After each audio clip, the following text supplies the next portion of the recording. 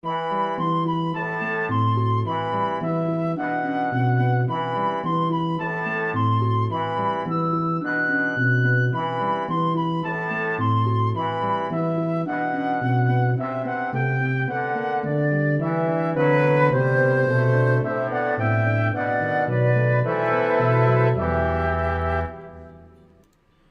evening, everybody, and welcome back to Exploring the Lord of the Rings. This is session number 247, and tonight we are finally going to begin the ascent up Caradhras and get the very beginnings of Caradhras' counterattack against such a trespass.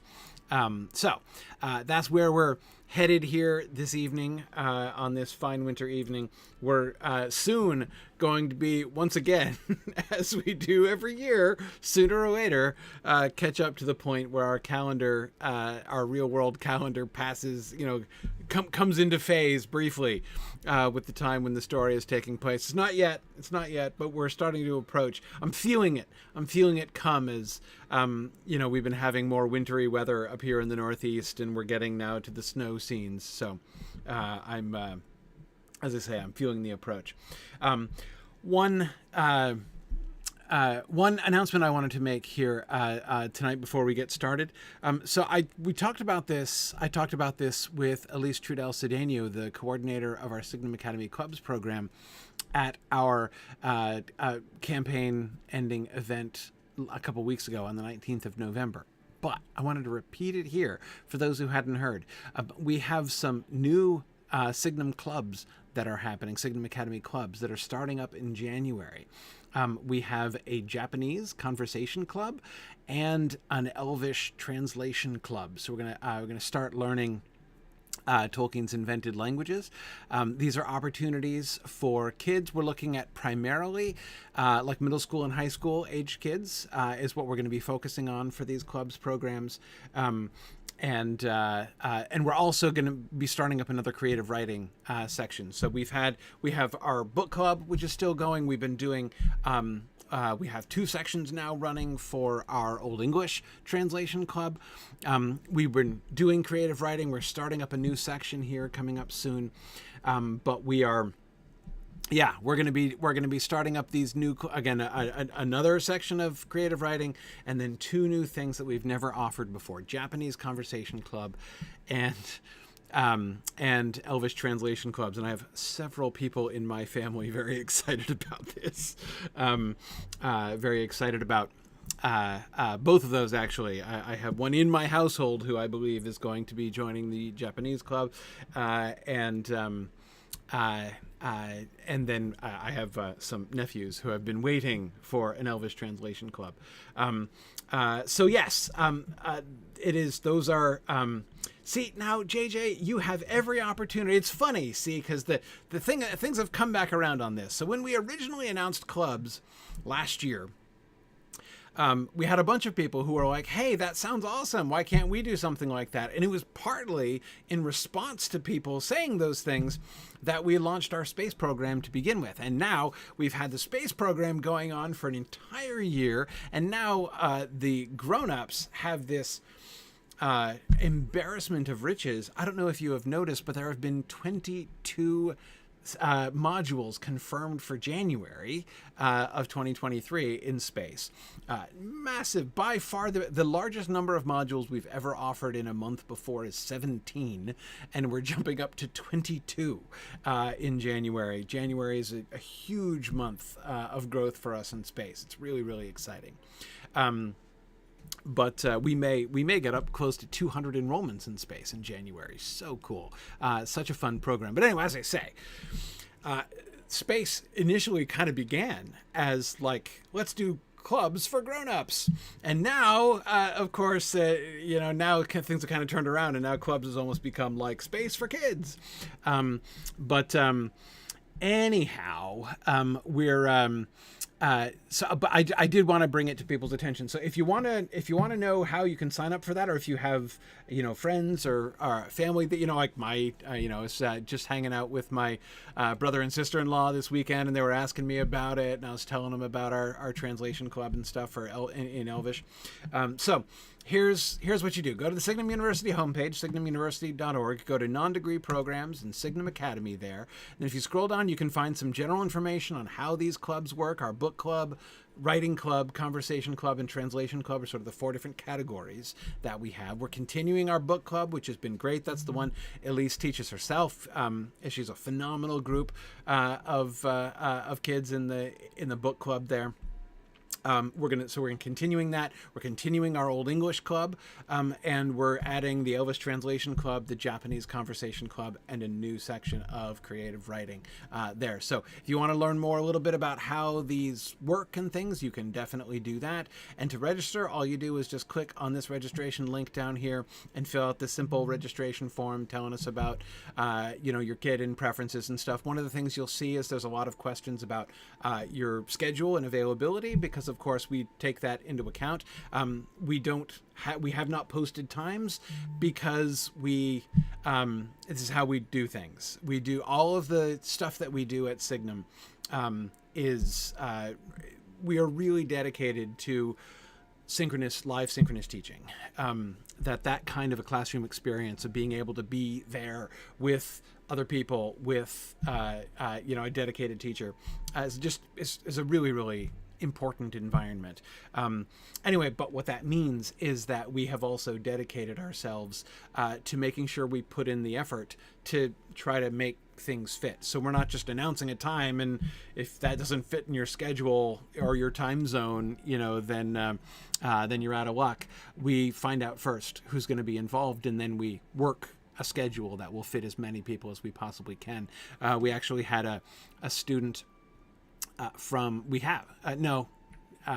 anymore. We had for a while, for over a year, a student from Turkey who is in our translation club. So anyway, it's time zones. We can work with time zones. But anyway, so all of that kind of information is what you'll find here on the registration form. And then once we get things set up and we get a schedule set and everybody is good to go, then that's when we begin the subscription payments. The clubs are done. It's a $90 a month subscription.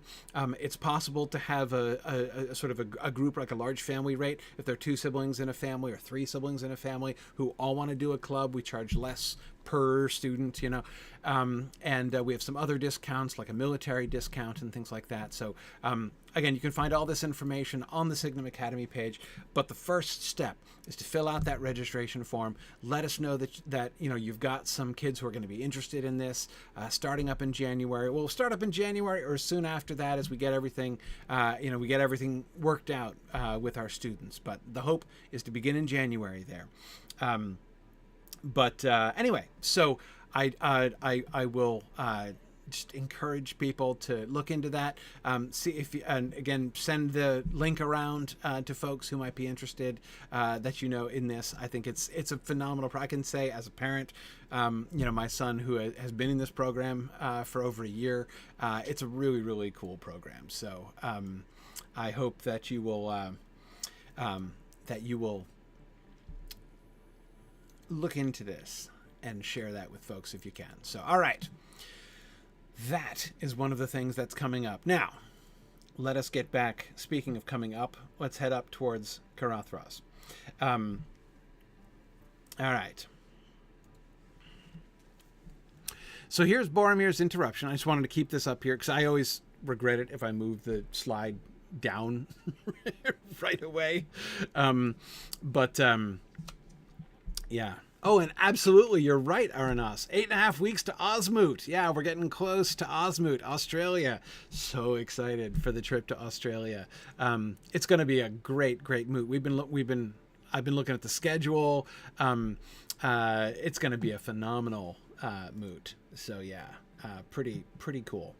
Okay. Anyway, so here is Boromir's suggestion, and.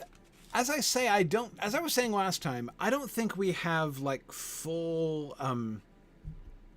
information, full context really to, in my opinion, sort of the tone of this, what this tells us about Boromir. On its own, this passage I think is uncertain. You could easily do this in a way like if you were performing this on stage or something, right? If you're screening this in an adaptation. So if you imagine yourself as a director, working with, even in like an audio dramatization or something, working with an actor who is playing Boromir, you could instruct that actor in a couple different ways, right? You could instruct your Boromir actor to deliver this speech in a way which conveys that he lacks confidence in the leadership of the crew, right?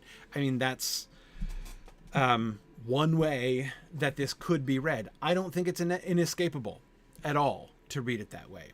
You could also show him being both diplomatic and even humble in a sense here, just offering his advice and suggestion in, as we were looking at last time, quite a polite and diplomatic way. He is certainly not like giving lip to anybody here. So, as I say, I don't think that there's anything intrinsically in the text which forces one or other of the two readings. On its own, if we had nothing else, if we just had this page as like a fragment, I would not see any internal evidence in this passage alone which suggests that Boromir is being like,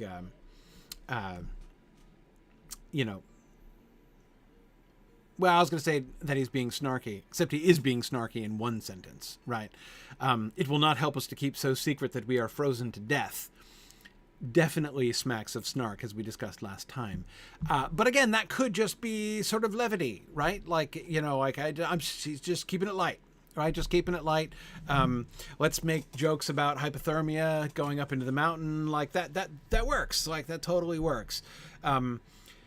The primary reason that I bring up the issue, I should say, of his potentially questioning the authority or the leadership of the company is that I think we're gonna see a little bit more of that. I think when we put it together with some of the other things that we're going to be seeing in the next few chapters, I think it will become clearer and clearer that this is the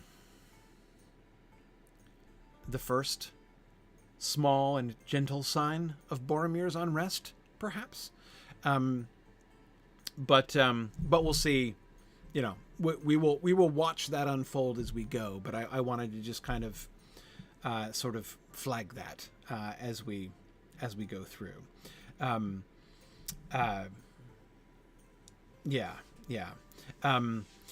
Wob. Wob says, part of me is really tempted by a reading that really puts the boar in Boromir. I really like that, Wob. But I think Sean Bean's Boromir has really knocked that reading out of me. Yeah, and well, I agree. At the end of the day, I mean, I'm glad you raised that, because I think that many people, like, obviously, Boromir's attempt to take the ring from Frodo can be a little hard to get over.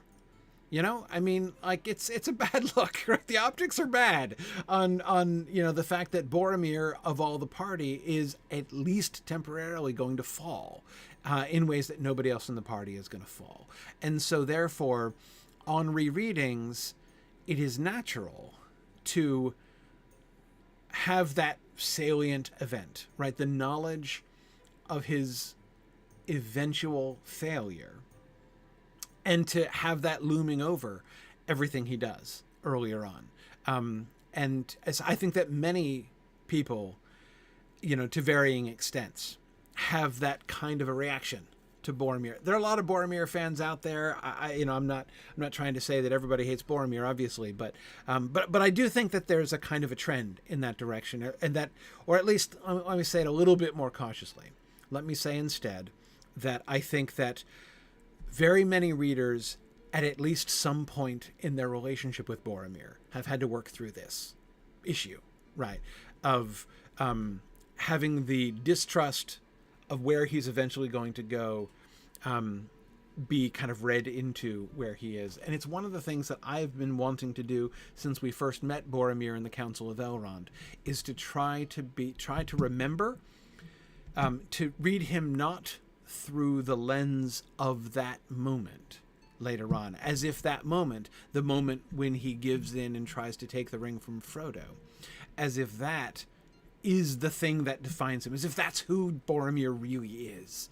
And that therefore, everything else is kind of in some sense to be a pointer in that direction. I mean, again, it's a very natural way to read Boromir's character on rereadings of the story. But I think it's important not to let that happen, because we're given some lenses through which to read Boromir. We're told not very much about him. I mean, we don't know his whole history. We don't know that much about his personality or, his hobbies or whatever. I mean, there's a lot we don't know about Boromir, but when we fit what we see him do and say into the framework for him that we're given, I do think that we get a picture of him which I think puts his eventual end into a clearer context. And by his eventual end, I mean not his attempt to take the ring from Frodo, but rather his dying to attempt to save Merry and Pippin. And the payoff of this effort, of the effort to just try to evaluate Boromir based as much as we can only on what we have been told about him so far, is, I think, going to pay off emphatically when we get to Boromir's last words, his last conversation to Aragorn. And again, like I said, to me, it makes a whole lot of sense. Again, it's one of the benefits of reading slowly like this, right? Is that we can afford to take the time with even minor characters. Boromir's an important character, but he's a very minor character. And I know that he was never central on my radar screen. I mean, I remember reading as a kid, and I liked Boromir. I sort of admired Boromir. But there's a lot of characters. I mean, my focus was more on Gandalf and the Hobbits, obviously, and then Gandalf, and then Aragorn, and Legolas and Gimli were kind of interesting. I mean, Boromir is, it's easy to not pay all that much attention to him as you read through, until all of a sudden he obtrudes himself very significantly upon your notice, right? And then, of course, that itself, as I say, can sort of taint your reading later on. But anyhow, so this is my little apologia for the way that I want to be careful to treat Boromir as we go through. But anyway, I do think we're going to be seeing an interesting pattern emerging, and that this, I suspect that in retrospect, maybe I'll be surprised. I often am, when we're looking more carefully as we do in these discussions. But my belief is that we will, in retrospect, see that this is one of the first. The blowing of the horn may be the very first, but that this is one of the early data points in showing this sort of the direction of this development of Boromir's character. Anyway, Eternal Cow. No, this would be interesting. Someone should write a paper about Boromir and rereader response literary theory. It's I don't know. There are, I think, a functionally infinite number of really interesting discussion topics or paper topics or, talk topics. I think that it would actually be a really interesting kind of case study in close reading and in how things sort of respond. But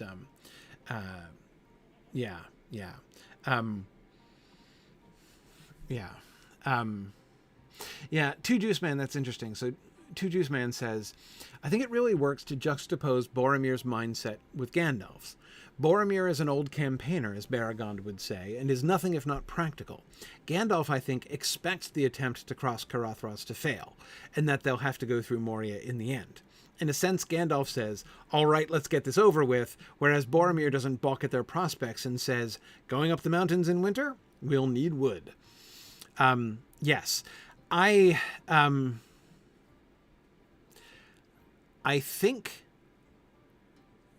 think you're right, Two Juice Man, about Gandalf's expectations.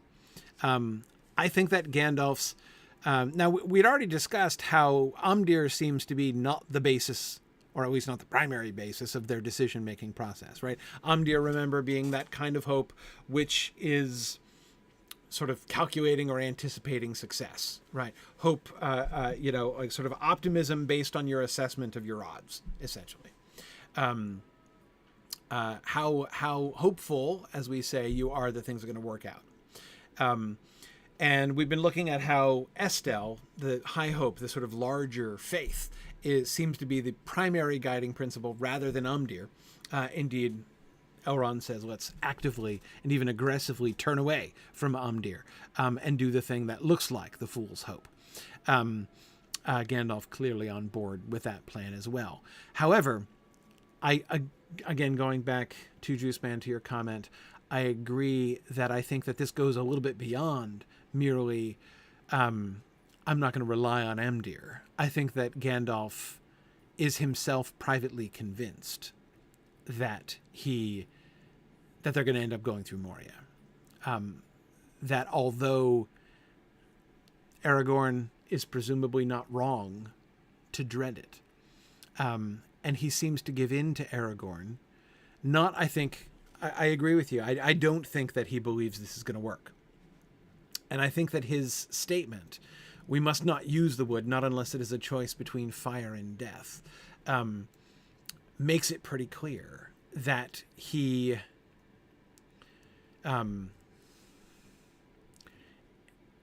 is not in a mindset where he's saying, we're setting out to cross the mountains, and whatever we have to do to make it across the mountains, we shall do, right? I mean, that is not the attitude he's expressing there, right?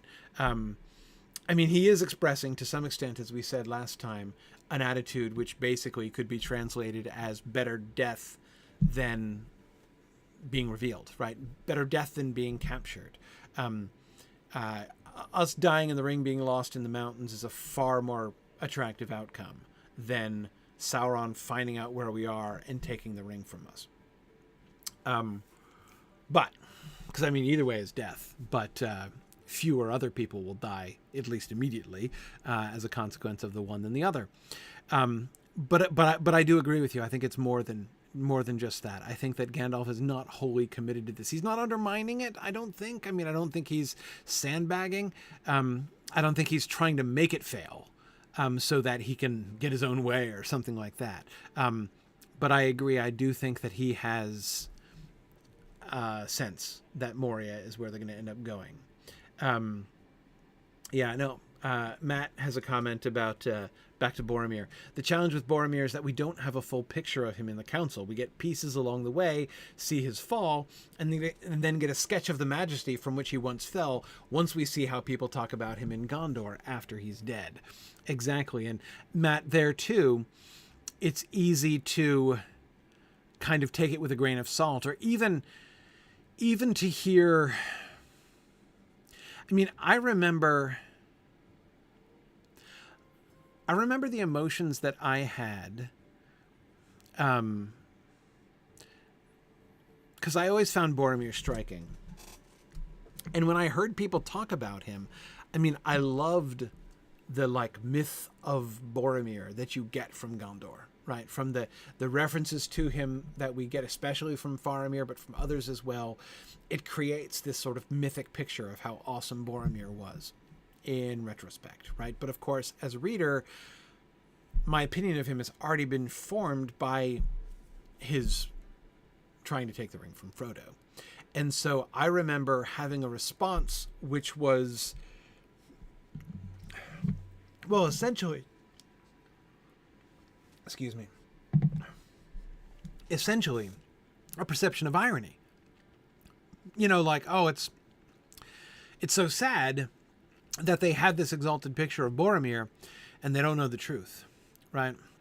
Wouldn't, and And you get a glimpse of that when Faramir figures it out, right? Faramir knows what happened and how his brother fell. And that's sad. Like it's, I always felt bad for Faramir, right? Because as a kid, I did love Faramir much more than I loved Boromir. Yeah. Anyway, yeah, but Fourth Dauntless, you're absolutely right. This, I think, was the irony that I myself was guilty of and didn't think through enough, which was, Fourth Dauntless says, Faramir's love for his brother is very plain, and that should be deeply significant, given how much we're encouraged to trust Faramir's judgment. Yes. Yeah, Faramir's not just wrong about Boromir. Indeed, of course, we will see he's not wrong at all. He's quite accurate, quite open. He understands that Boromir would have fallen and how Boromir would have fallen. We can see how much better he understands Boromir than Denethor does, right? So yeah, and yet, you know, he does not have the reaction that I was feeling for him, you know, in my early readings of the book. That is like, oh, you know, it's too bad that he, you know, he still has this, you know, sort of unrealistically bloated picture of his brother. Again, it was a foolish reading on my part, I think. But yeah. Grestown says, I wish there had been more of the brothers together than the little bit in the appendix. I agree. It has always been one of the extra scenes that I've loved most in the Peter Jackson films. Even in my very first reactions, when I was still not really prepared to handle an adaptation of The Lord of the Rings, and was really struggling with reconciling myself to the Peter Jackson films when they first came out. Even then, I loved the scene that we got with Boromir and Faramir together.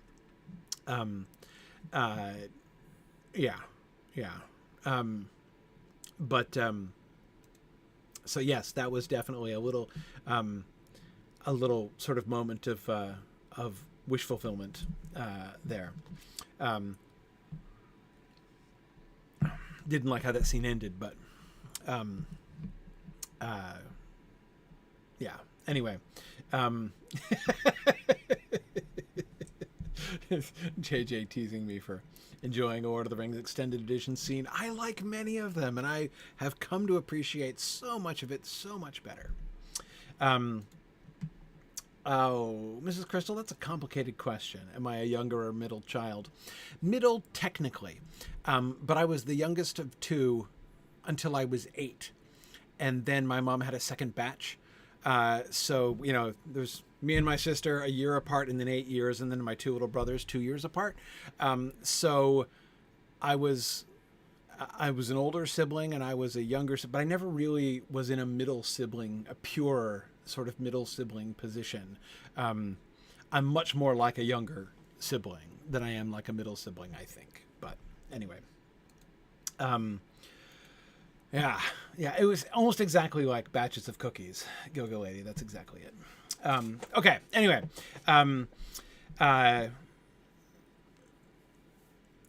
okay, so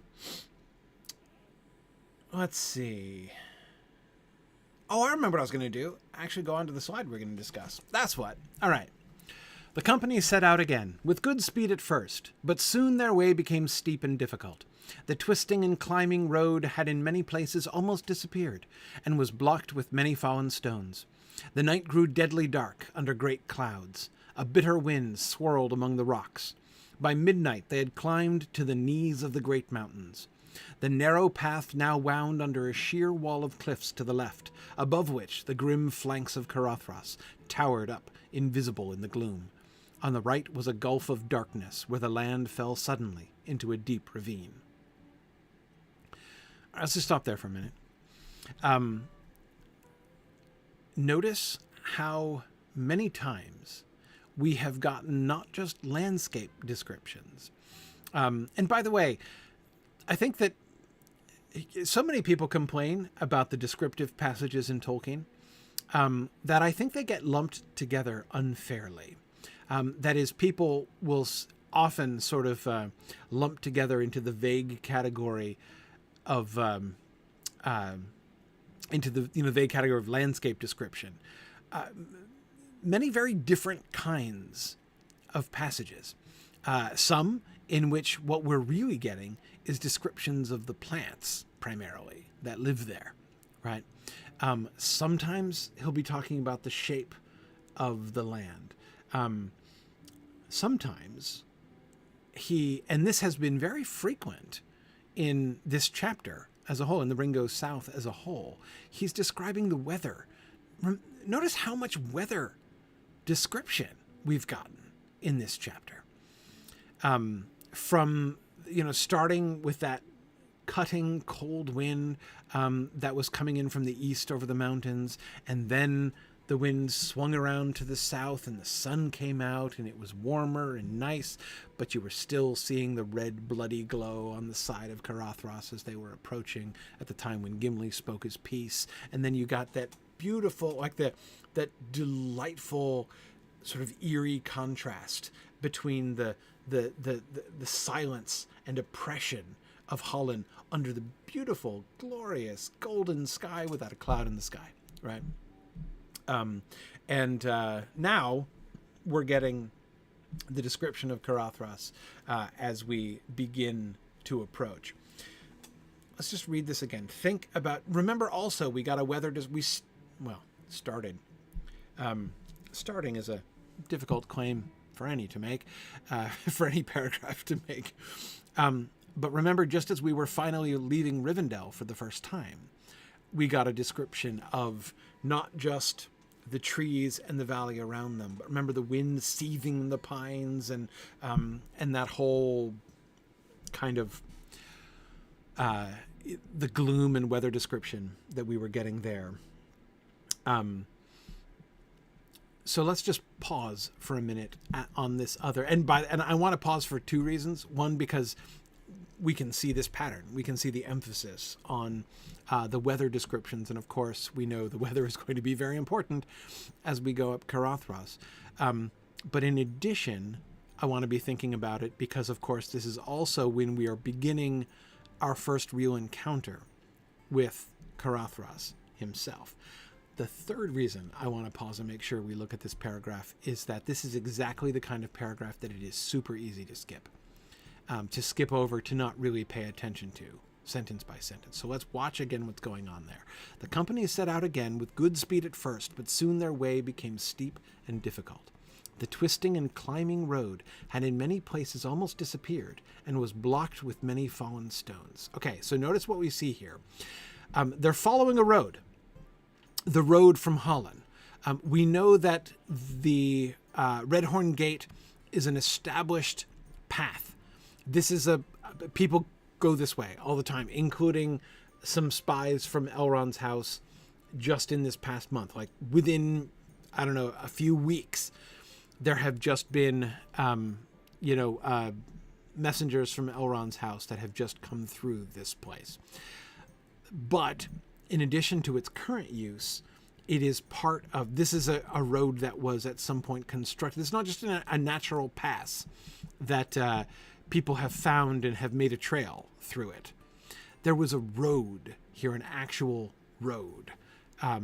There was presumably some work done to the land in order to smooth and level it. Not level perfectly. You can't level a mountain pass, but you know what I mean. I mean, to make it into a road and not just a path that's climbing over rocks and sort of twisting around. And notice what he's told us about it. The road had in many places almost disappeared. Why has it disappeared? Has it disappeared just passage of time, right? Has it disappeared like a ruinous building might have disappeared or almost completely disappeared? Well, not exactly.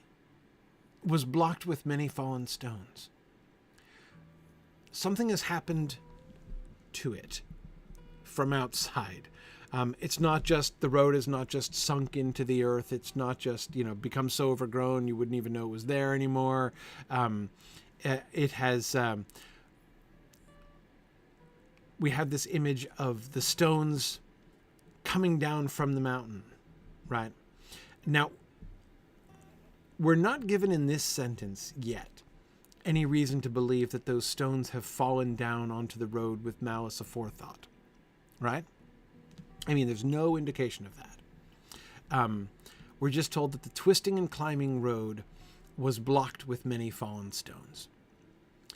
Okay, but it's our first little sort of data point, right? The night grew deadly dark under great clouds. Deadly dark. It's nighttime and cloudy. It's very dark when it's nighttime and cloudy. It is deadly dark because they're climbing up a steep pass, and they could very easily lose their footing and fall, right?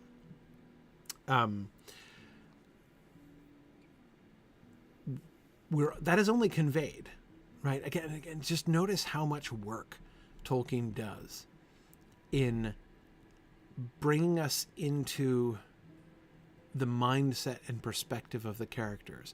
As we've noticed with many of these other landscape/weather descriptions that we've gotten in this chapter, these descriptions are designed not just to show us what the company sees, but to help us to feel what they feel. The night is not just dark, it is scary how dark it is. Not because they're afraid of the dark, because it makes by itself, with nothing else happening, forget the wind, forget the temperature, forget the snow, merely this level of dark when they cannot light torches because they would give themselves away. They cannot afford to make a light, so they have to proceed in the darkness with no light. I don't know how many of you have done much walking around out of doors at night in the pitch black without a light. I have limited experience with this, and under the very tamest of circumstances. The circumstances being taking my puppy out to do her business in her little elimination paddock in the middle of the night when it's dark and cloudy or raining or snowing. And sometimes, we'll go out and I won't turn on the light because I like to sort of see what that experience is like. It's kind of fun to experience under, controlled circumstances, to experience the darkness outside. And it's very spooky, but I find it just amazing how easy it is to get disoriented. How many times, and I'm on a stone path. I'm literally on my garden path. And yet I'm finding myself like walking into the bushes and missing steps and things like that. It really is amazing. The idea of doing serious hiking, like up a mountainside, over uneven ground like that just described, where there is an ancient road which is blocked with many fallen stones, and leading a pony. What is more, there, it is very remarkable. Yeah, it is very remarkable.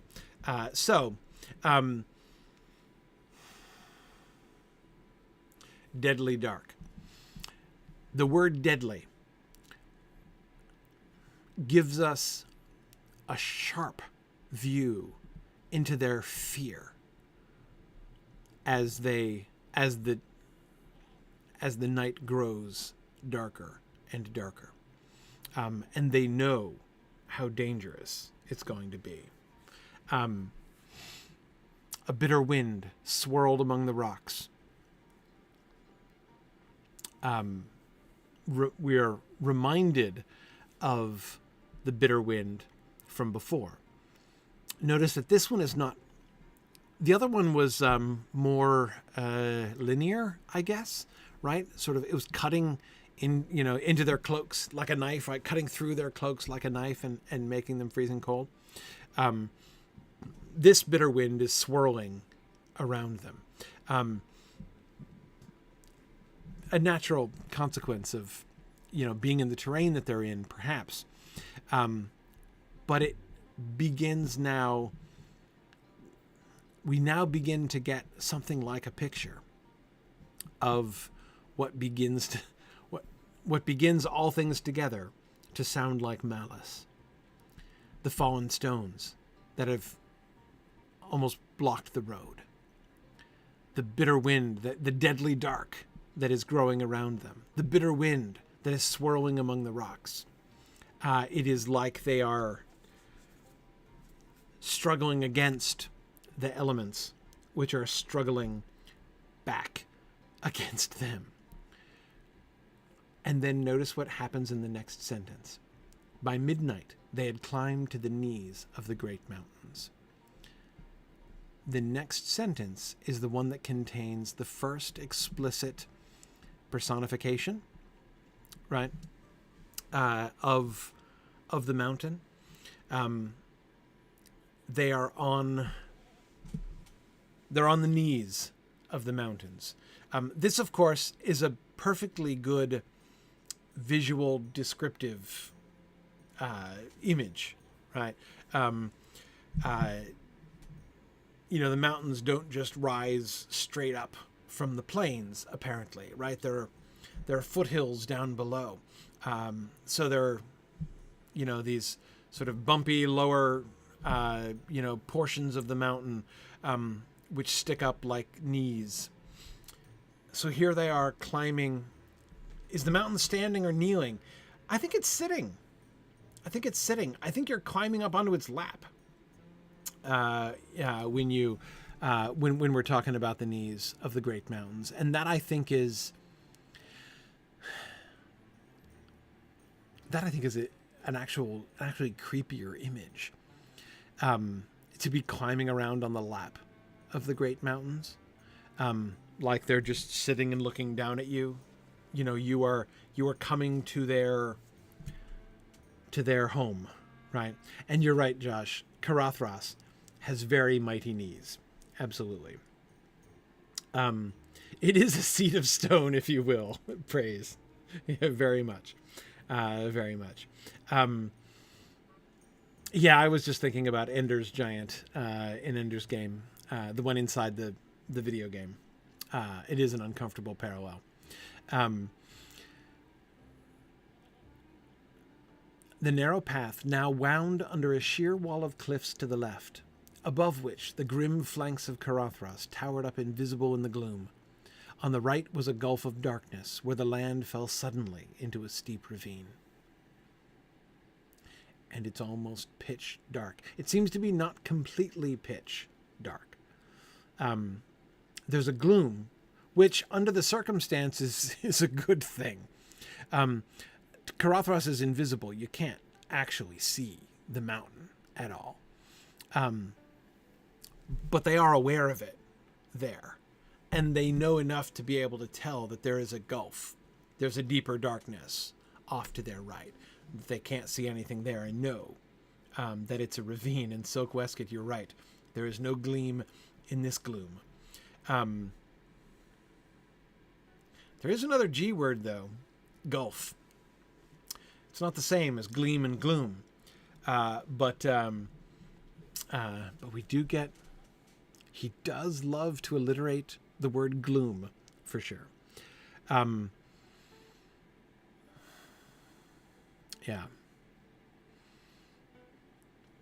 The grim flanks of Caradhras. So they're on his lap now, and his side, right, his flanks are towering up above him, above them. I even love the image where the land fell suddenly into a deep ravine. Notice how active he has made that description, right? I mean, there was a ravine there. You know, there's a big old pit that you could fall into. But instead of using a linking verb like was there, he instead describes the land falling into the deep ravine as if it has like just now given way, right?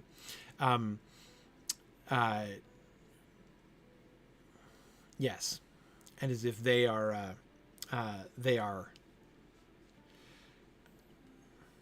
as if they are, you know, that it's possible that they're going to follow it. Yeah.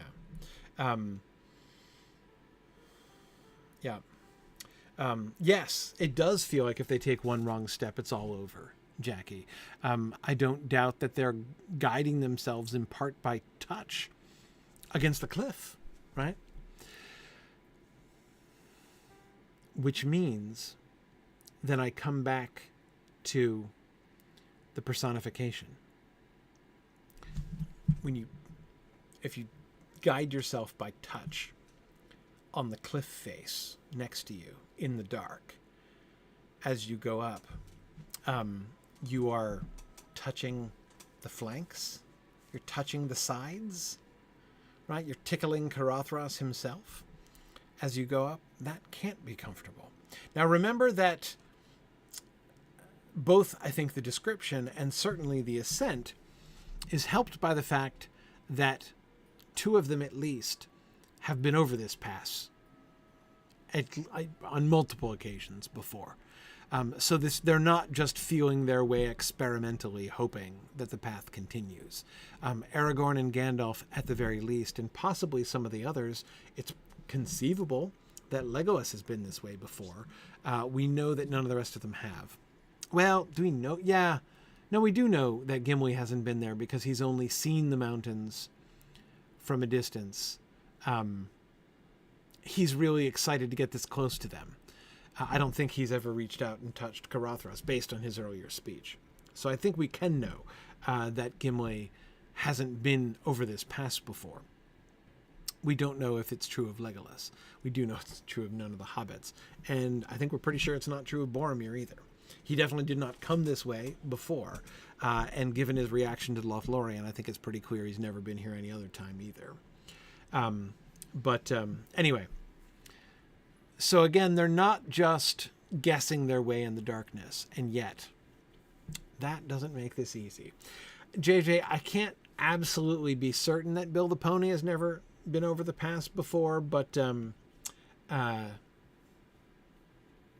you know, I think it's unlikely that he has, but totally can't rule it out.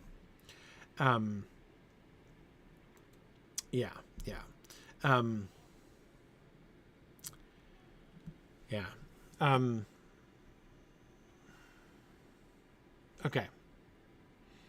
Laboriously, they climbed a sharp slope and halted for a moment at the top. Frodo felt a soft touch on his face. He put out his arm and saw the dim white flakes of snow settling on his sleeve. So again, you can see there's some light, right? It is not pitch dark yet. He can see something still about a foot away from your face. From his face, rather. But it is beginning to snow. They went on. But before long the snow was falling fast, filling all the air and swirling into Frodo's eyes. The dark bent shapes of Gandalf and Aragorn only a pace or two ahead could hardly be seen. The visibility was bad before. The visibility is really bad now.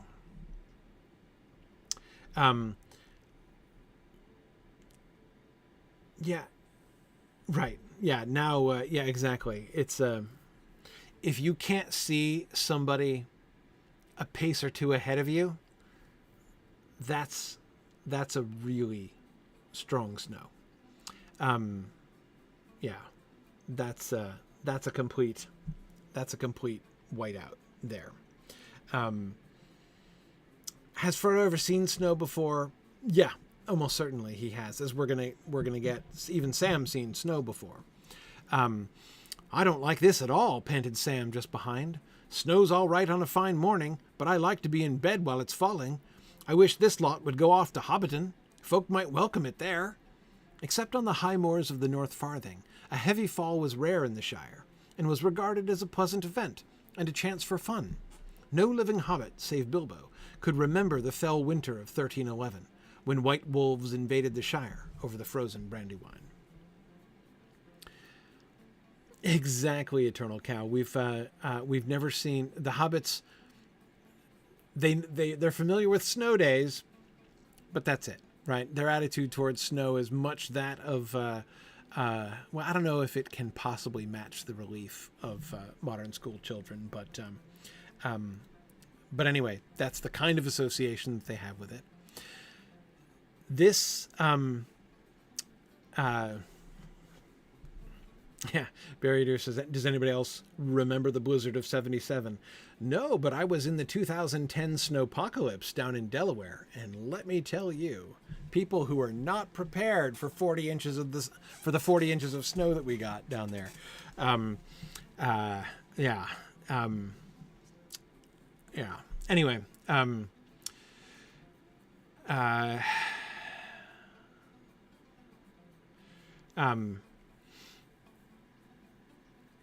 all right. There are two separate portions. Well, no, let me go back a step. There are three elements of our introduction to the snow. The first is the visual, or not just visual description, the description of the effect of walking in the snow. The snow falling fast, filling all the air, swirling into Frodo's eyes. The dark bent shapes of Gandalf and Aragorn only a pace or two ahead could hardly be seen. That's the first stage, where we're just being told what it was like. Then the second stage is Sam's verbal commentary on it. And then the third stage is the narrator's explanation, right? His providing of context for the Hobbit's experience in the snow. That, by the way, is, I think, a very unusual pause. This, by the way, this would be another really interesting paper topic. This would be a really interesting moot discussion. Look at the moments in The Lord of the Rings when the narrator pauses the action and talks outside of time like this, right? Where we get this kind of a narrator's aside. Except on the high moors of the North Farthing, a heavy fall was rare in the Shire. We're just now it's clear why we're being told this, right?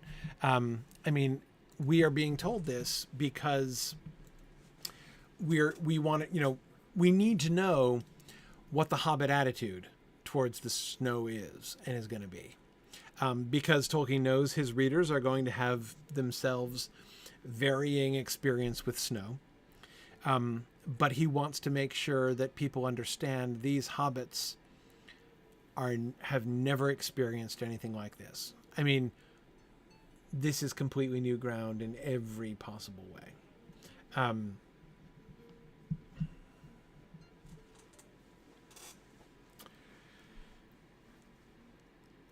But that comes after Sam's interjection, right? Well, not interjection. He's not interrupting anybody. Notice what Sam's doing? I think, is Sam talking to himself? Frodo hears him. I think Sam's talking to Frodo, right? He probably knows Frodo can hear him. The words which suggest to me that Sam means these words for Frodo's ears. It's possible it could be Bill. It's possible it could be Bill. Um, I think it's Frodo. And the words which suggest to me that it is Frodo to whom he's directing these words, and that he means them to be overheard, and he's not just muttering to himself, are the words just behind. Exactly. Emin that's exactly what I was thinking about. Panted Sam just behind. Sam is right behind Frodo.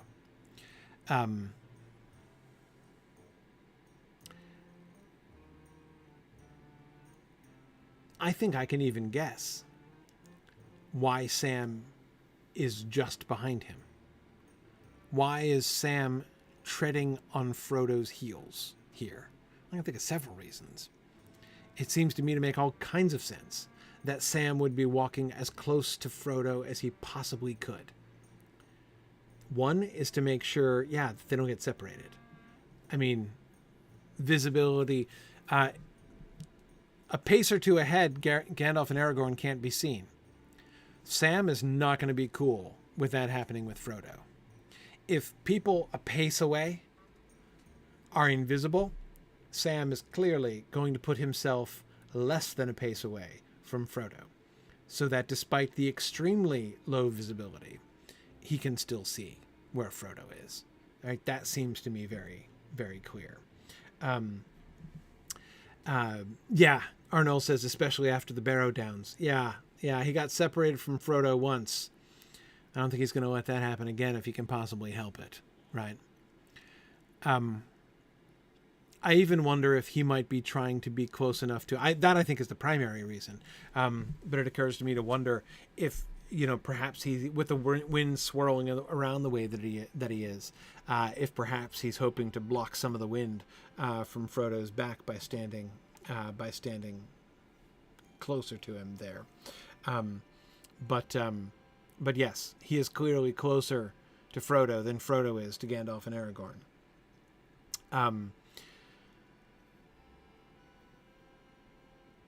So I think he's right behind Frodo and means Frodo to hear. He doesn't address him explicitly. That's why I say means him to overhear. These are words said to himself, or as if to himself. But why does he say these things? I don't like this at all. Snow's all right on a fine morning, but I like to be in bed while it's falling. I wish this lot would go off to Hobbiton. Folk might welcome it there. Once again we see, as we've seen before, Sam not speaking words of encouragement, but what sounds like words of discouragement, almost. I wish I were in bed. Right? This is no fun at all. I wish this snow would go off to Hobbiton. I mean, it's a little bit like his "too warm, I shouldn't wonder" comment from before. So again, you would think if his primary goal were merely to encourage Frodo, maybe he would say something, I don't know what, encouraging, right?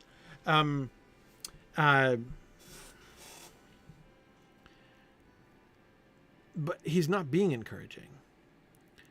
He's pointing out how much he dislikes the situation.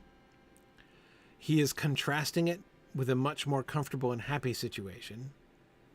It's not that I dislike snow, but I like to be in bed while it's falling. Yeah, while we're trundling along uphill in the dark and in the snow, let's talk about having a nice lie-in, right, on a winter morning back home.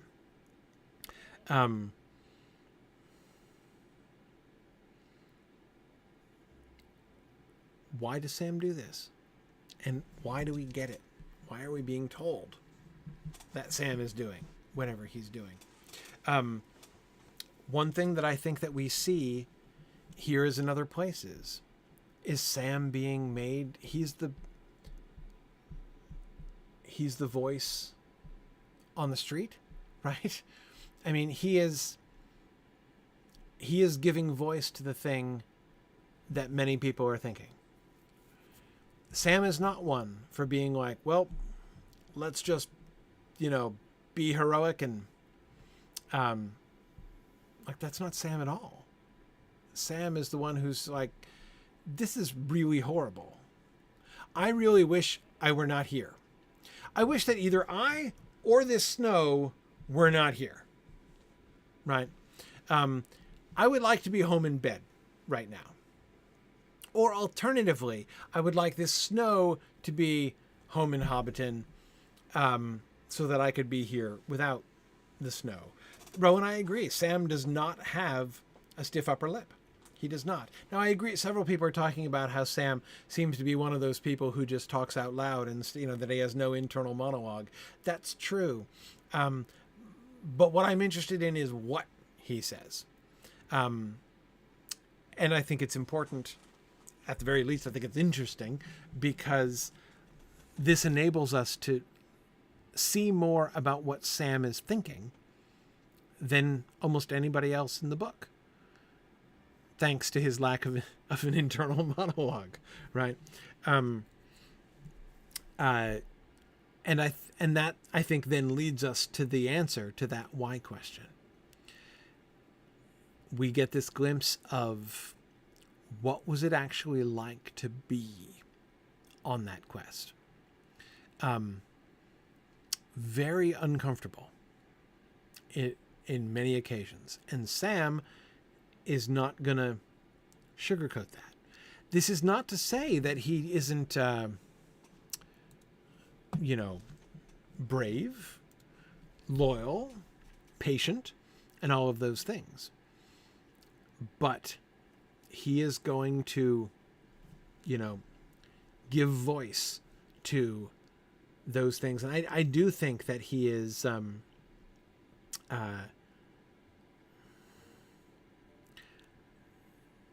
no.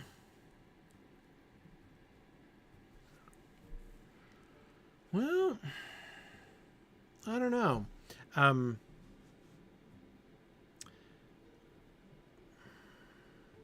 Sam is introduced to us as a dreamer, Wobe. Well, I don't know. Yes and no. I mean, I suppose if being fond of old Mr. Bilbo's tales, being crazy about tales of the old days, as the gaffer says, is to be a dreamer, then he is one. But I'm not sure I'm comfortable with that word applied to Sam, because it has a lot of implications that I don't see in Sam.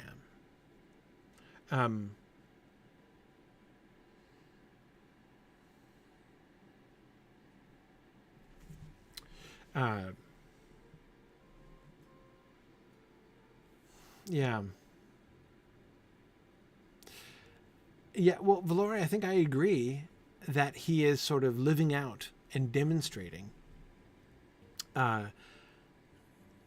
from the beginning what Bilbo already said about adventures back in chapter 1 of The Hobbit. Namely, that they're nasty, uncomfortable things that make you late for dinner. That is a reality that Sam is living out, and that we hear about through Sam.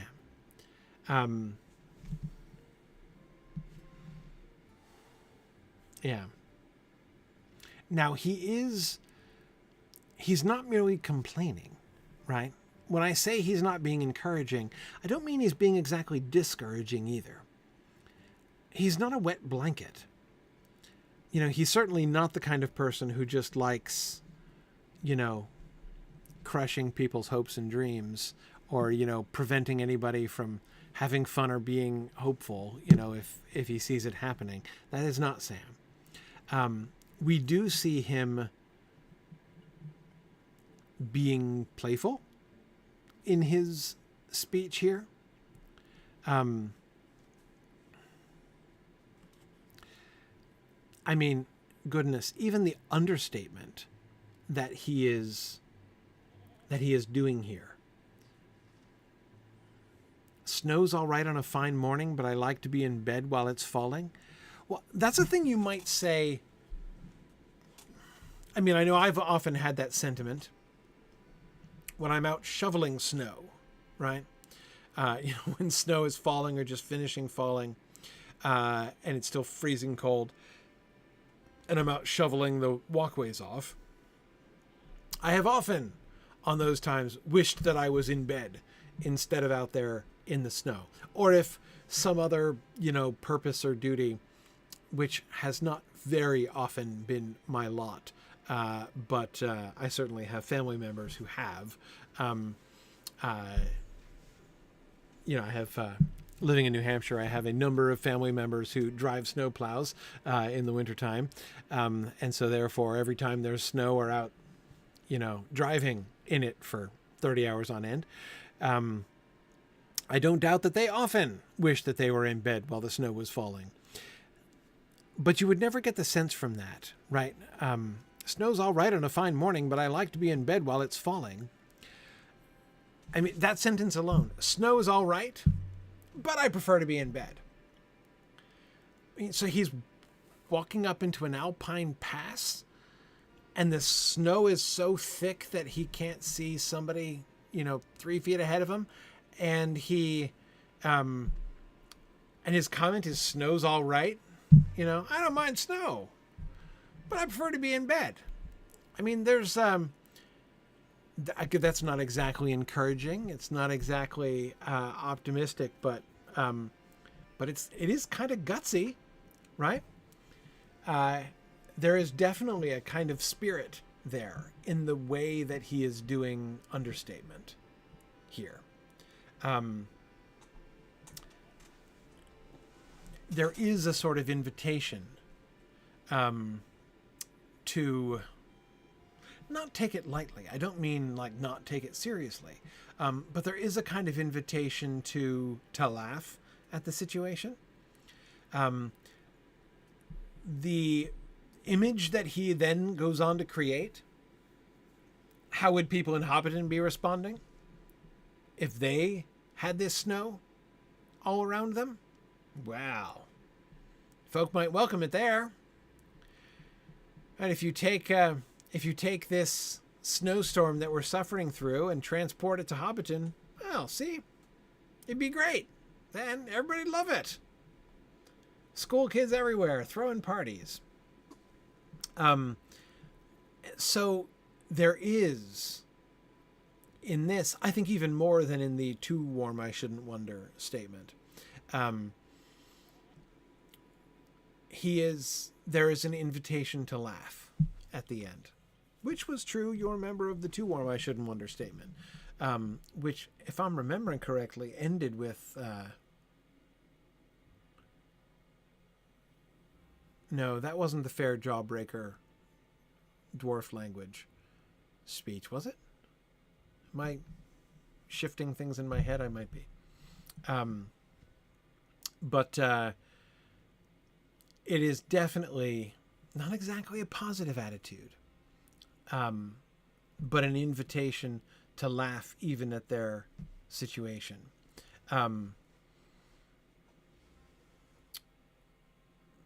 Yeah, exactly. The parallel he chooses to draw makes the circumstances seem uncomfortable rather than perilous. Yes, it is too bad that we don't get to stay in bed while this is happening.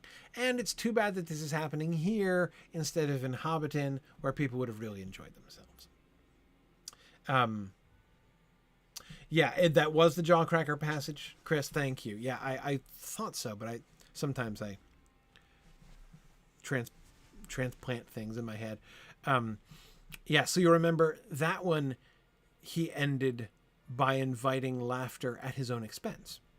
Here, he's clowning a little bit as well at the end. Not quite as directly, not in the sense of inviting laughter at his own expense to the same extent. But I do think that there's a kind of lightening of the burden, or at least an attempt to lighten the burden. But so we get the description of the snow and how very thick and how very dangerous it is. Then we get Sam's comment. then we get the narrator's further commentary, right? Except on the high moors of the North Farthing, a heavy fall was rare in the Shire, and was regarded as a pleasant event and a chance for fun. No living hobbit save Bilbo could remember the fell winter of 1311, when white wolves invaded the Shire over the frozen Brandywine.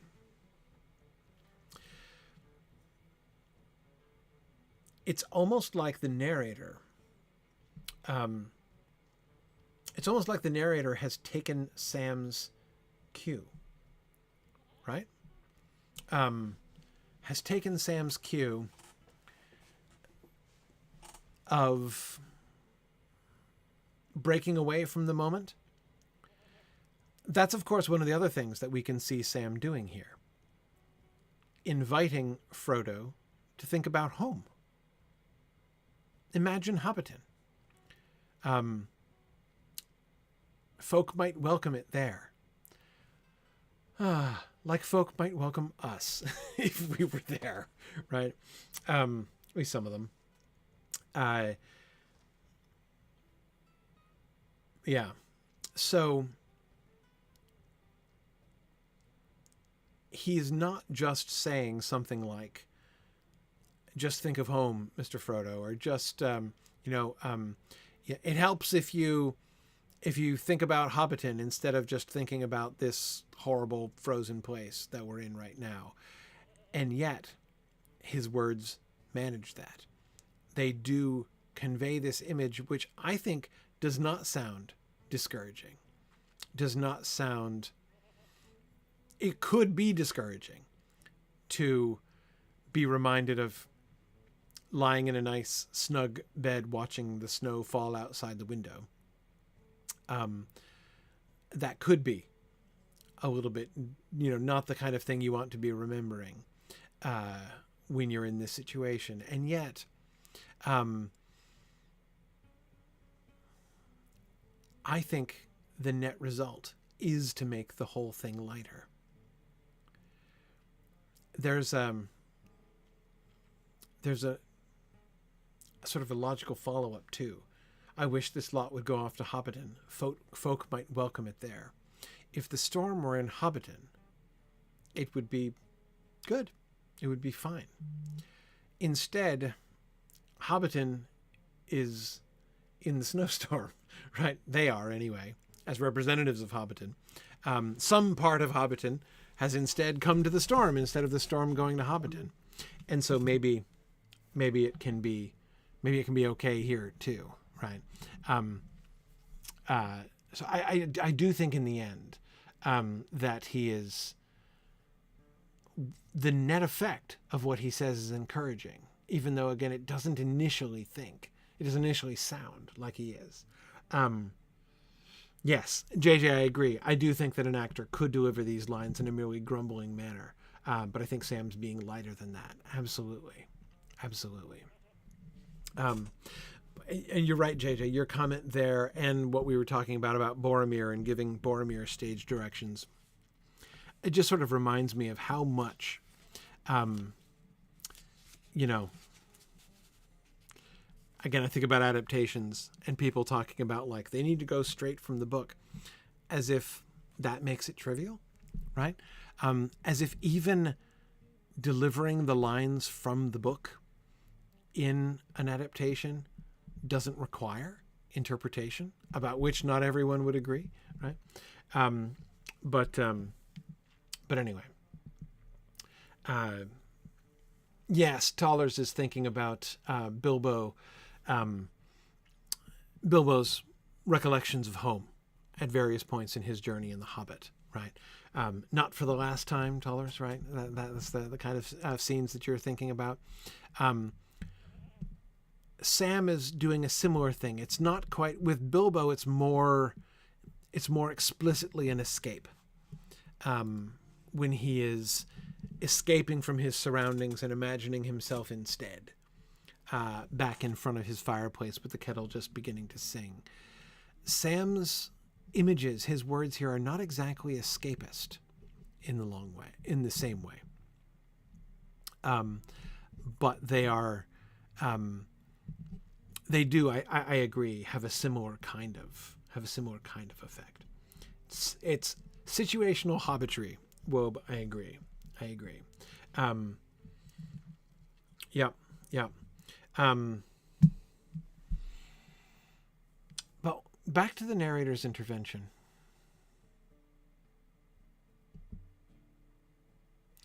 On the one hand, the narrator's intervention here in the second half of that last paragraph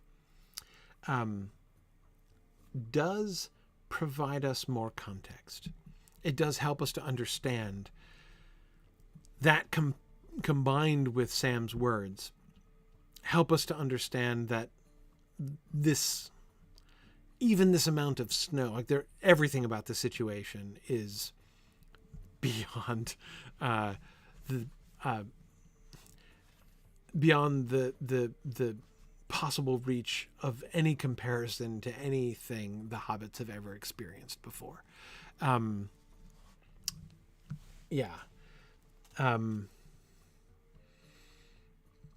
that's one thing that's conveyed here.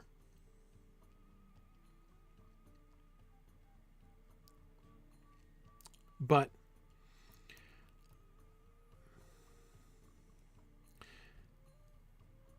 there's a recognition, again, the first sentence especially, the tone of that first sentence is there's a kind of innocence there. There's a kind of following up on Sam's tone. Folk might welcome it there. And then we get, except on the high moors of the North Farthing, a heavy fall was rare in the Shire and was regarded as a pleasant event and a chance for fun. Pleasant event and chance for fun were not phrases that it looked like we were headed towards just a couple sentences ago, right?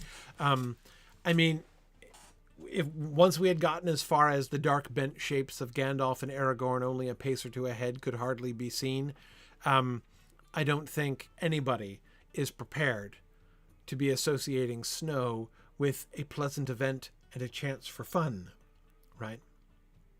And yet, the narrator goes there, thanks to Sam, right? In response to Sam, almost. We do get a gentle acknowledgement, not only of the danger of winter, but of the sort of historical danger of winter that hobbits themselves have experienced. Deadly winter conditions back in the fell winter of 1311. Though notice that what he points out is not hypothermia, right? He doesn't talk about how in the fell winter of 1311, many starved to death, many froze to death, right? There was terrible suffering in the Shire as a consequence of the extreme and prolonged winter of 1311. Those things would be true. The narrator could say those things, but that's not what we get. Instead, we're just told that wolves invaded the Shire over the frozen Brandywine, as if the winter is still associated with danger and danger and the risk of death with the invasion of wolves. But it also distances the winter. Okay, the winter becomes a means, not an end, right? It facilitates danger, the arrival of the wolves. He doesn't talk about the winter itself being, again, the prospect of, frozen hobbits dying in snowdrifts, as is a very real prospect in the next 12 hours here, is not something that he explicitly raises here.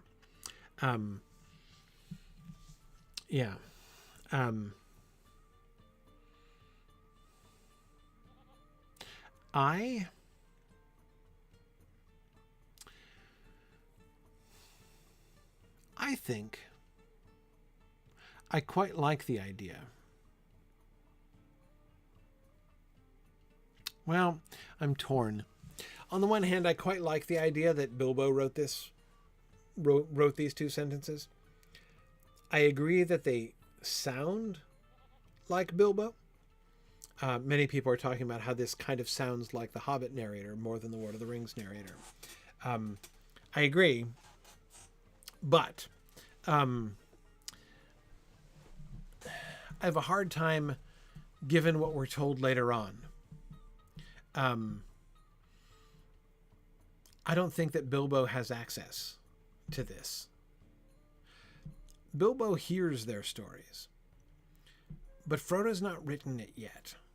And I don't know that Bilbo is going to be in a place where he is going to get a chance to read Frodo's writings and edit them, add to them like this. Not from here on out. That Frodo will have written some of the earliest chapters with Bilbo's help and encouragement while they were in Rivendell, before they left, just a few weeks on Christmas. I think that is very possible. We know that Bilbo is planning to do that, right? There were whole chapters of stuff before you even got here. He is definitely wanting to do that, but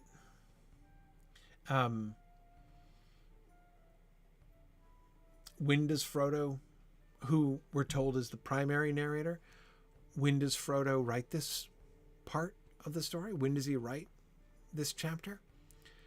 I'm not sure it's until after he gets home. We're told that who is it? Merry? Pippin? I forget which. Makes the joke about how Frodo is going to have to be locked in a tower so that he can write it all down before he forgets, or else Bilbo will be dreadfully disappointed. A joke made round about the field of Cormallen, right? But I don't know that he does that.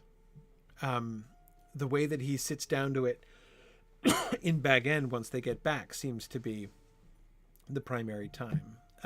It's Pippin. Thanks, JJ. Anyway, so I doubt.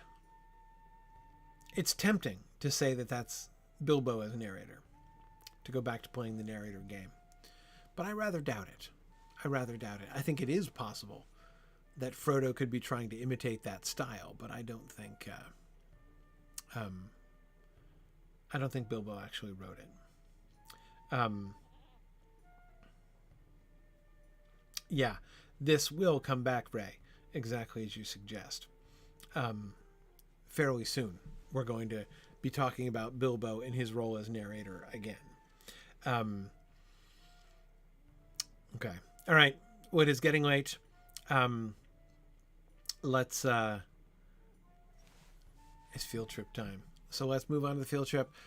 We will see what happens in the continued snow as we move forward here next week. Should be back next week.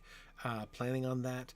I think we've got 2 more weeks clear after this before things start getting before I'm traveling again for Christmas time.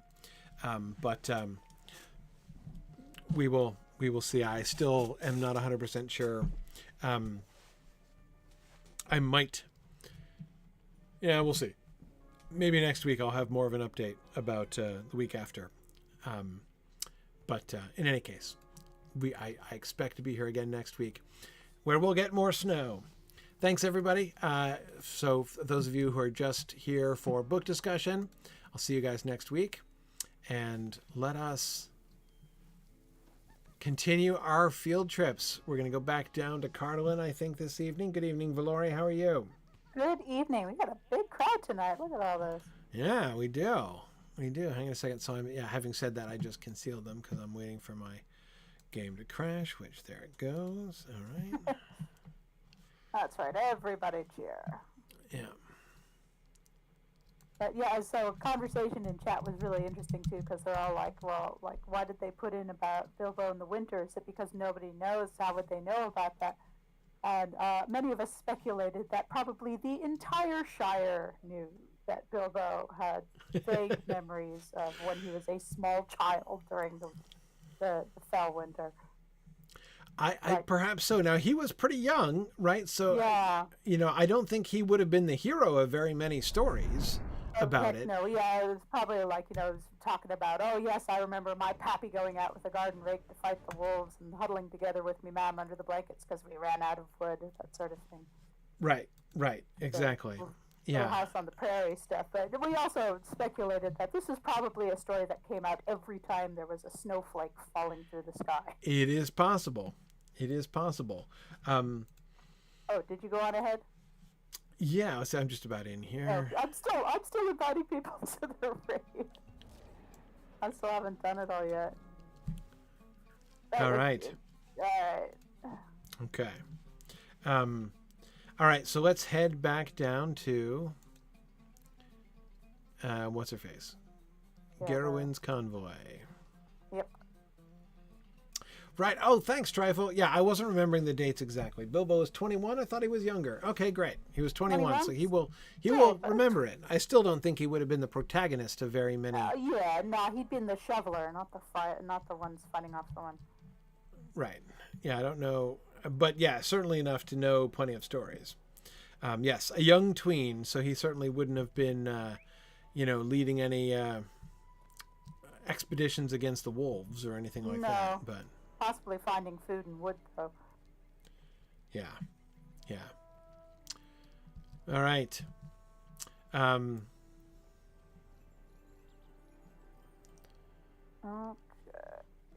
Okay, so today, the goal for today is we're gonna try to get a sense of the lay of the land up there inside the city castle. Yes.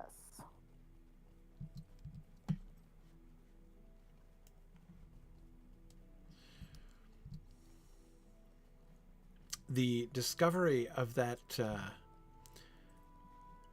monolith right near the old castle is still very, very interesting. I'm still thinking a lot about that. Because it's very interesting to me. You could see how, so the two things that we found last week, I find very interesting in combination. That is that monolith up there, which just hooved into view again on my screen, and the fact that, wait, I forget, are we supposed to go up or down?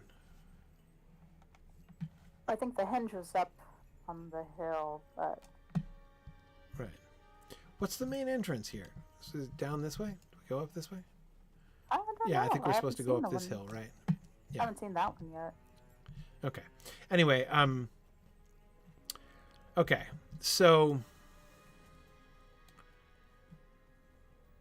what I was saying is the combination of the two things. First of all, we noticed that monolith. Second of all, we found that this is not by any stretch an impenetrable defensive position as far as the lay of the land outside is concerned.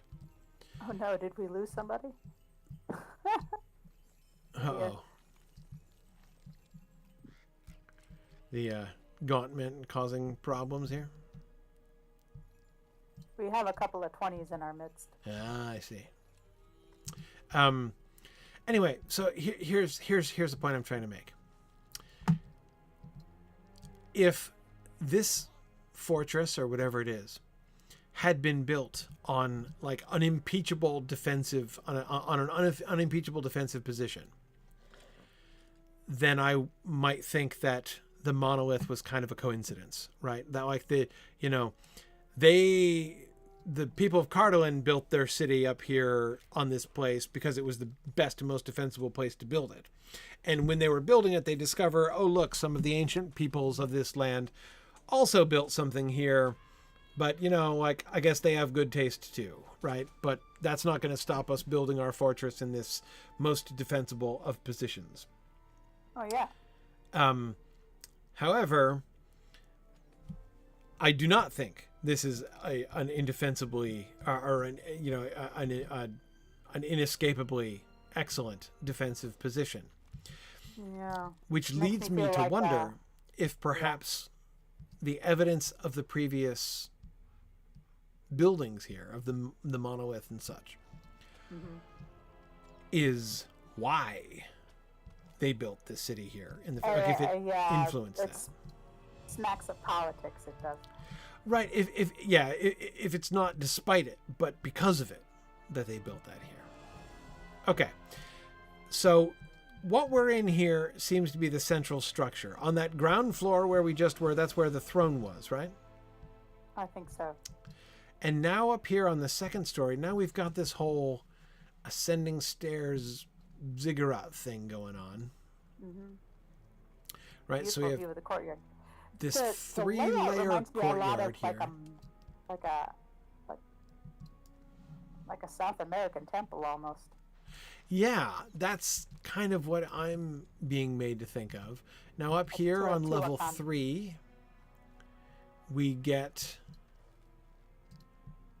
the gazebo with the prominent statue of the woman with the prominent brooch on her shoulder.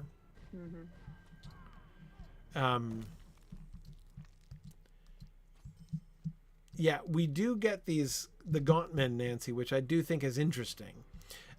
Because, of course, the gaunt men have been associated from the beginning not just with not just corrupted, spirits of the land gone wrong, as we've seen in many places.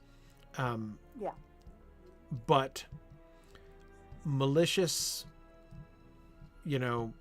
figures who are performing these sort of like quasi-religious rites that are creating wights, that are joining evil spirits to bodies of the dead and creating this problem in the first place, right? Yeah, very much in the tradition of the Black Numenorians. Yeah.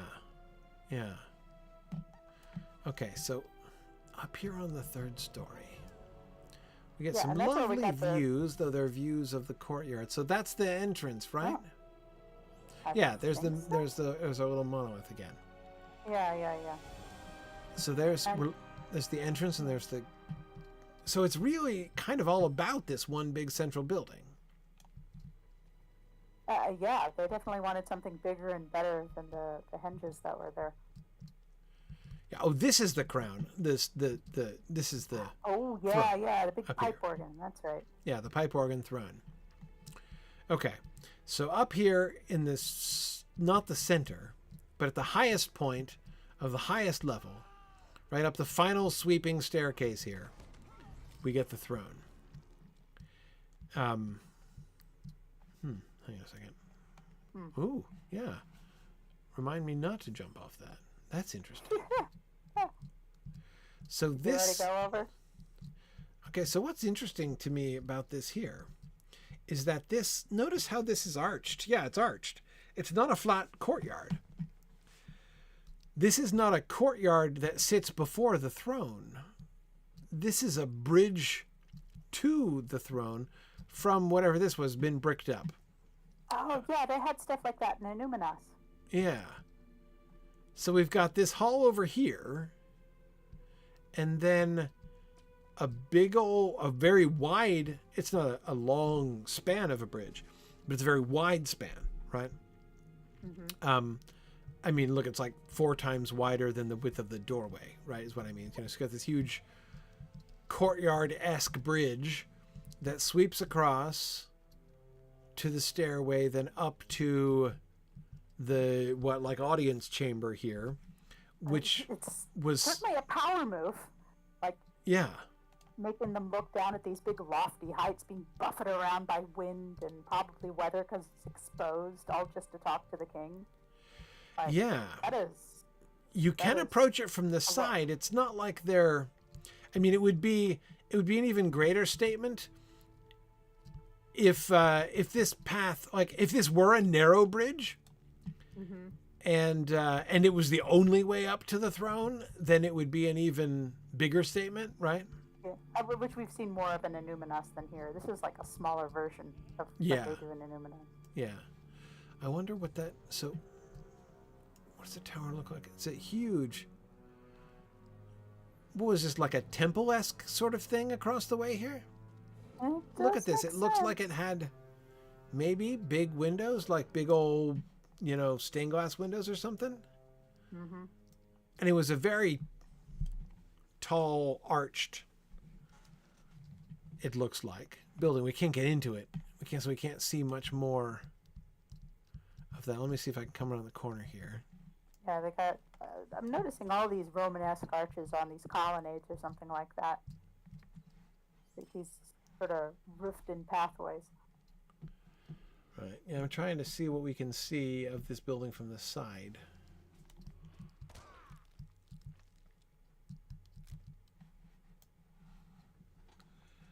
Huh. Yeah, and that looks inaccessible from anywhere else. Okay. So, I'm revising my opinion. Yeah. That's not an approach to the throne. That's an approach from the throne. Oh, that's where the king goes back to the chambers. Or something. Either it's his private chambers, which is possible. That could have been like the royal apartments. But if so, it's weird that he ceremonially faces it, right? Like, I'm ceremonially facing my apartment, right? Well, I guess if this is going to have the manpower that I think it does, like, I would figure this is the place you would funnel the guests through while privileged people have the greater run and easier access. Right. It's possible. It's possible. But I'm thinking, I mean, it's what you're staring at. When you sit on the throne, what you're looking at is the door there with the insignia. You've got this open way, and there doesn't seem to be any evidence of a gate here, right? This was an open doorway that stares straight out, and all you can see from the throne is that doorway and the capital, and the one of these days I'm going to remember the vocabulary, that the half moon thing at the top of the, like, where the tower is. There's a word for that, and I keep forgetting it. I'm blanking too. Yeah. Anyway, it's on top of the lintel. It's above the lintel. Like a frieze or something. I don't know. So that seems important. That seems significant. This is why I'm more inclined to think that the building over there was like a temple rather than it's like the Holy of Holies, which is being watched over by the king, and only the king has vision of and access to, rather than, I mean, if it were the royal apartments, I'd expect it to be behind the throne, Yeah, I mean, you're talking about it like there'd be some sort of palantir inside it or something. Or something. Could it be a treasury? It could be yeah, it's possible, but no, I don't think so. And it's the sight lines. It's the sight lines that make me think that it's not. The sight lines are important. When you're sitting on your throne, what you're looking at from your throne matters, right? I mean, like, you put your throne in a particular place so that as you're sitting in your throne, you're there, like, you've got your authority, right, is sort of coming out. And I mean, obviously, in some cases, it's the throne room itself. Think about, for instance, the throne room. I'm thinking about it, of course, from my Wigan stream at the marathon. The throne room in Erebor in game, right? Or even in Thorn Gate, where you've got this huge vaulted long chamber leading up, and so from the throne you are not only looking down over anybody who's gathering before the throne, and you're looking way down at them, right, because of the steep stairs going up to the throne, but you're also looking out, down this entire long, especially in Erebor, this very, very long hallway, right, leading up. So that everything, as soon as you step into this room, like, the king is very high up and very far away from you, and you can approach the throne, but it takes forever to approach the throne. And from the throne, you're sitting watching, like, this symbolic effect, right, is like, I can see everything that approaches Erebor, right? I have this view of, everything that's coming my way. And I am in a superior position over it because I'm here not only at the end of the hallway, but I'm high up. True. But in a lot of throne rooms, the king is the focal point. Yes. He doesn't have the best view. He is the best view. Well, yes, though those two things often come together. I mean, if the sightlines certainly should all lead to the throne from the throne room, but that also means the sightlines from the throne are going to lead to everywhere too. But here, the sightlines are conspicuously constricted and funneled by the columns straight to that door. Yep. Now, you would be able to see the people who are here. And from here, like I'm standing up here by the throne, and you guys all are down below me. There is a flight of stairs here. It's not a huge flight of stairs. It's not an Erebor-esque flight of stairs by any stretch, but it's enough such that if you were actually, sitting up here, that you would be, be able easily to see anybody in this room. But it's a very little room. I mean, the room is not the emphasis, I think. Mm-hmm. Instead, what is the emphasis is that thing. And then again, when I was looking at it from the side, I mean, it could go a couple different ways, like as far as what that building was. But the thing that strikes me most about it is I don't see a lot of entrances or exits for it elsewhere. It seems to be, we're up on the third story of this building, and there's like, what is across the way there through that door is not something which is itself also on top of a 3-story ziggurat kind of thing, right? There's no stairs on the outside leading up towards that. There's no other approach to the inside of that building that I can see except through that door that is square in your view when you're sitting on the throne. Yeah, like I'm sitting on it now, and honestly, my best view is to my left and my right. Oh yeah, you can, if you turn your head, you can see like a beautiful view. Hang on, we can see more this way, can't we? Oh yeah. Okay, so from over here, we got this arching bridge, which doesn't go that far, actually. Shoot. From where we were, I thought it went all the way across. Yep, it looked like there were both sides of whatever that door went to. Both sides of it were just sheer walls. So it was like this big almost tower over there with the door in it. And the one door into it you're staring at from the throne. Yeah. Now, is that like scaffolding, or is that just bits of the tower that are still holding together? I think it's bits of the tower. Oh yeah, I can see it's marble now. Yeah. Now, JJ, I agree. You can get down in the ground floor of the. Oh, you mean like from the ground? Yeah. That's what I was gonna do next. The main reason I'm thinking about all this stuff so much is that I'm trying to get into the mindset of which ones are the stairs. That's not the stairs. These are the stairs. Okay. I'm trying to get into the mindset of the people who built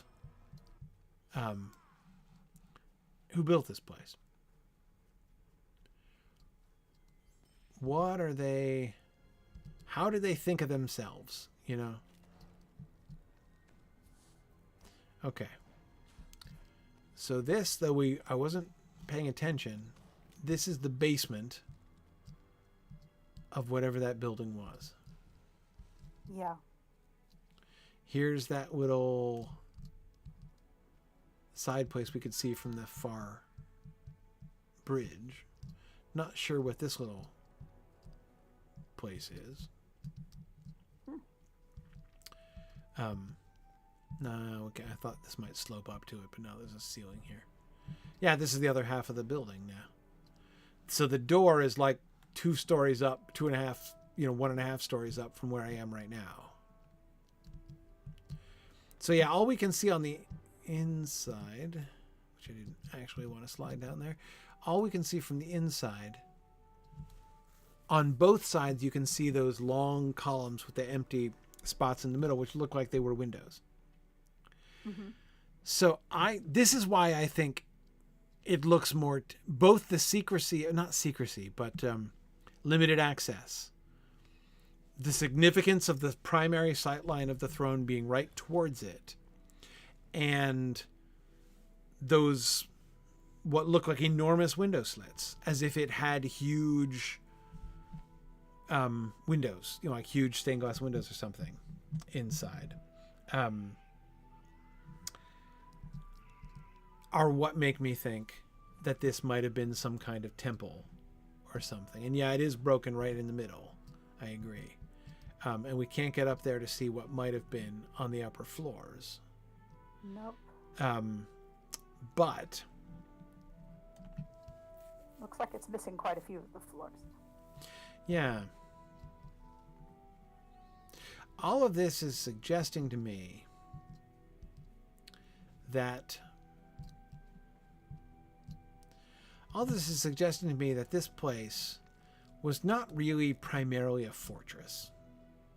Exactly. Agreed.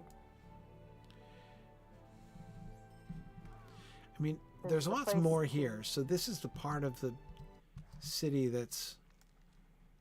No, this is just another approach to it. Or is this the main approach to it? Is this the door we came in? Yeah, it is, I think. But yeah, you get the feeling this place is primarily about optics. Yeah. And it's not about the ground floor. Look at how the ground floor is just surrounded by walls. I mean, the sight lines down here are horrible. Oh, yeah, absolutely. Right? I mean, when all of these buildings, I mean, it feels less claustrophobic than it would have done because many of the walls have fallen down. But, in the old days, you'd come up into here, you'd feel almost like you're underground. Yeah, like the only vantage point you'd have is from those colonnades up there. It's probably just enough to dump a pot of boiling oil on unwelcome visitors. Yeah, conceivably, but it does not have the feel of like a concentric, fortification or something. Mm-hmm. I mean, it has walls, obviously. I'm not saying that this place wouldn't be at all defensible. And it is a very thick wall. Yeah. With some corner towers which really look like they mean business. So, again, I'm not trying to suggest that this place was wimpy. Did its function change over time then, possibly? That's one possibility. Another possibility is that they wanted outer defenses, almost like outer defenses only. And yet, then once you're inside,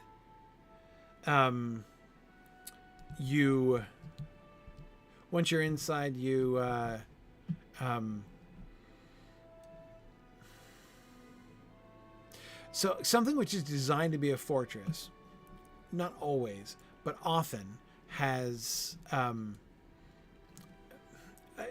like when I was talking about concentric defenses, right? Like the outer wall, then the inner wall, like think about the multiple, like the famous multiple lines of defense in Minas Tirith, right?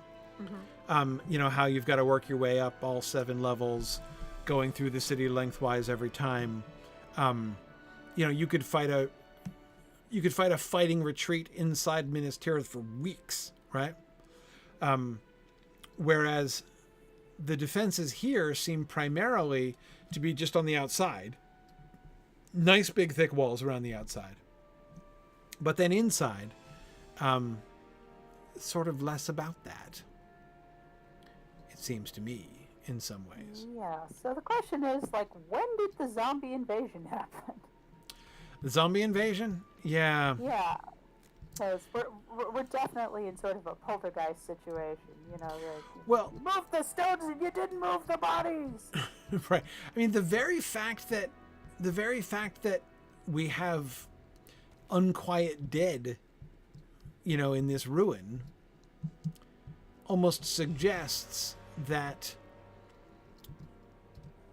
burial might have been part of what happened here? I mean, could this have been a tomb? Or there have been tombs here? Play the quest to find out.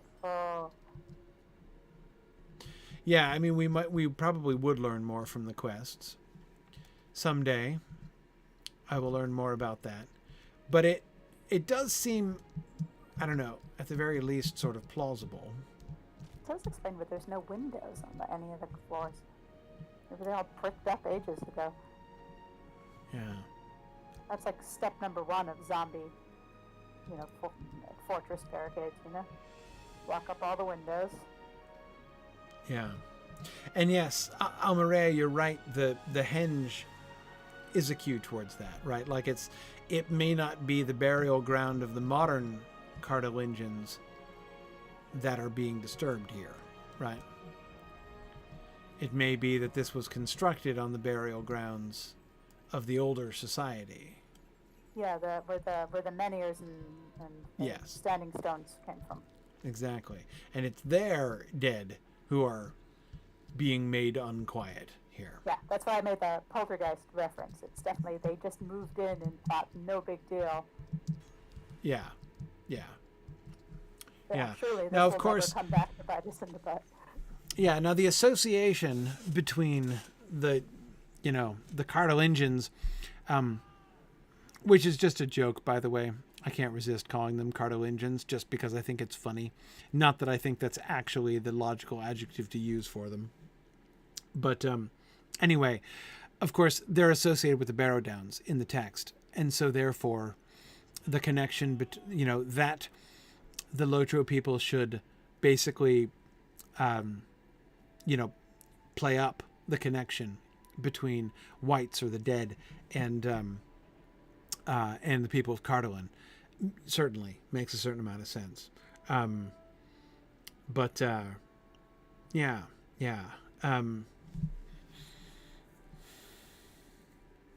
which direction does it go? Did they have themselves death cults? Because here's an interesting thing. What if that building through the door across the bridge, what if that building were a mausoleum? Oh.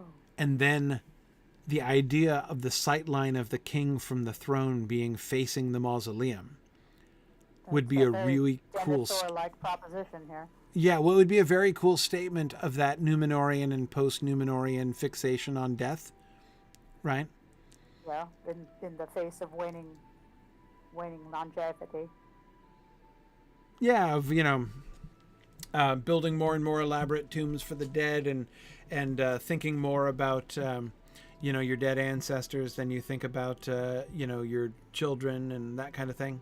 Well, I mean, look at this gazebo. This is a memorial. Yeah, exactly. Yeah, it's possible. And certainly we may. Mary, you're making it sound like sort of a pet cemetery thing where we just found this burial ground and decided to use it. Right. Yeah.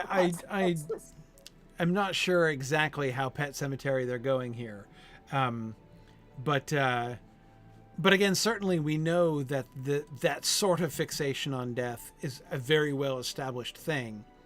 I wonder. Well, we are apparently looking at this excitingly enormous map. We will get other opportunities to see what the people of Cardolan were like, and if we can either place this within a particular period of Cardolan history, which might help us to see if this is an early or late. If we think this is an early or late construction, what is the state of decay of this ruin, and the state of its architecture and iconography compared to other ruins that we will find in this area. So we'll see about that. Okay. I feel good about this. So next time we're going to go back in time a little bit, because you'll remember when I was wandering around in the north of Dol Ernil trying to find and see if there was what that approach from the north was like, and how ill-defensible that was from that direction.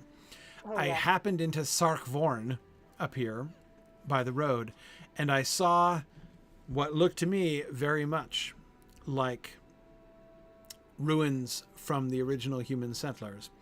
And I want to go back and explore that more. So next time, I want to go right over to Sarkvorn and see what we can find there to pursue the hint that we've been given with the men here over on the other side, with the henge over there, and see if we can find evidence of the much earlier layer of architecture beneath this here. And we'll see how that goes. So, all right. That's where we will head next week as we continue our fascinating archaeological survey of this new land of Cardolan that we're discovering here. Awesome. Thanks, everybody. Thanks, Laurie, for joining me, as always. Thank you. Pleasure to be here. Happy Feast of St. Nicholas, everyone. Yes, that's right. That's right. Okay, thanks, everybody. And we'll see you guys next week. Bye now. Bye.